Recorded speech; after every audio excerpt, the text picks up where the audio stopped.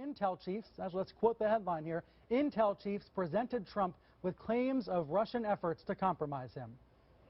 These claims came partly from a former British intelligence agent's 35-page dossier. CNN did not print it or quote from it, but BuzzFeed did. The big news site BuzzFeed. Even though this memo is full of unverified allegations, some of them known to be false. Was this a violation of journalistic ethics? Some media critics supported BuzzFeed, but many, many did not. So joining me now for an exclusive Sunday morning interview about this is Ben Smith, the editor-in-chief of the website. Ben, you made the call when this happened. Do you regret it now, a few days later? Do you have any regrets about publishing this entire document?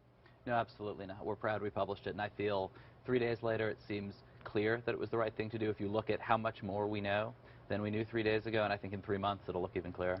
What is it more that we know now that you believe justifies the decision? We know this saga that dozens of journalists, intelligence officials, elected leaders knew of a former British spy creating this document, handing it over to the FBI, John McCain handing it to the FBI, of briefings which Jake Tapper and your team got an amazing scoop on, of the CIA briefing the president-elect. This is really of an incredible fight at the highest levels of U.S.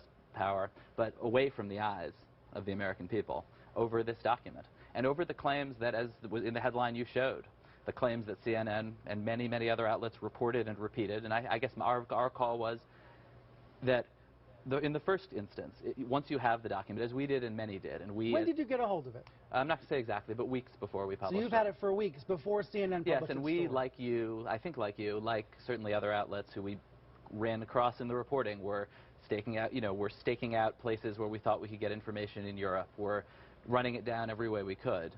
And at some point, as Harry Reid is sending a letter based on it, as government and powerful officials are taking little actions based on it, not just sort of seeing it, but acting based on it, I think there becomes an argument, should you print it. We were having that conversation internally. We had not, certainly, we're not close to doing that. But then I think when your great scoop puts not just the fact of a document, but claims attributed in your reporting to a source seen as credible, and specific summaries of the claims into public, I think everybody's obligation then is to say, well, here are the actual claims. We're not just going to summarize summaries of the claims, but CNN was very careful not to share those details. No, what do you mean? I saw in that headline. The headline is claims he was compromised by Russian intelligence. That is an incredibly explosive claim. And to say, you and I have here between us a secret document with explosive, dark claims, and you guys on the other side of the camera can't see it, but we can.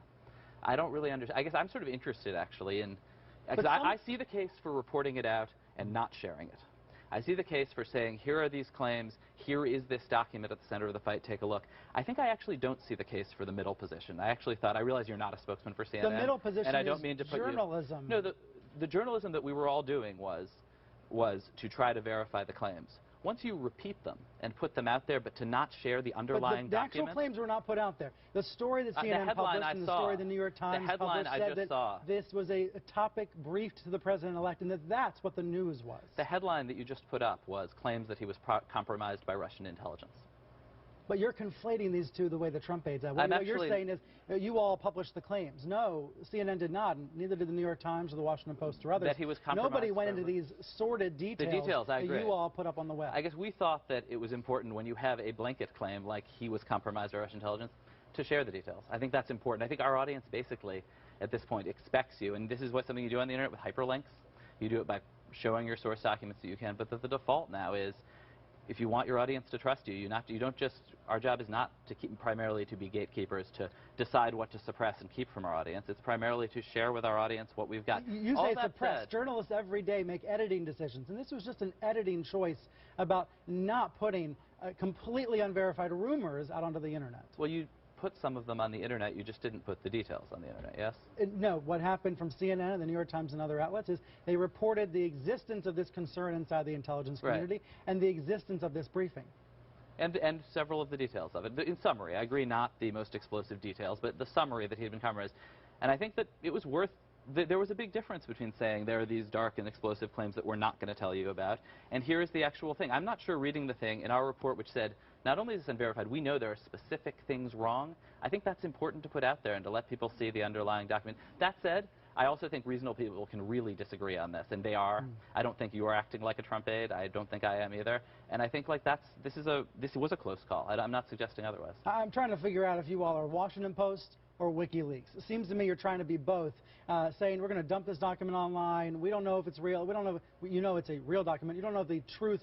You don't know if the facts in it are true or not. That's not what the Washington Post or CNN or the New York Times would do. You all aspire to be one of the world's great news divisions, but aren't you trying to be more like WikiLeaks in this case?